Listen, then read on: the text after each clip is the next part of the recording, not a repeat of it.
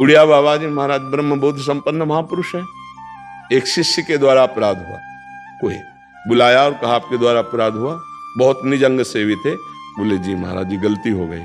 बोले इसका दंड विधान है कि 3 वर्ष हमारा चेहरा नहीं देखोगे, और जबकि अंग सेवी थे। और उनके लिए तो मानो प्राण निकल गए जब बाबा 3 वर्ष हमारी आज्ञा का पालन करोगे। तो गंगा किनारे एक कुटिया बनाकर अलग रहते और रोते रहते थे। 3 वर्ष बाद जब आए तो बहुत रोए बाबा के चरणों में पड़ के। तो बाबा ने कहा जो 3 जन्म में भी स्थिति नहीं आती वो 3 वर्ष में आ गई है ना।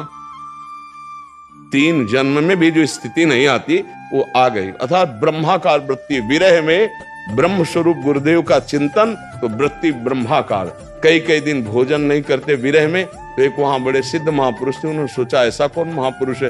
जब आए तब देखा उड़िया बाबा की सेवा में, उनका ऐसा कैसे। उनका बाबा ने ऐसा दंड विधान कर दिया है। तो बाबा के पास वो आए और उनका बहुत कठोर तप कर रहे हैं, बहुत कष्ट सह रहे हैं। बाबा ने एक शब्द भी नहीं सुना।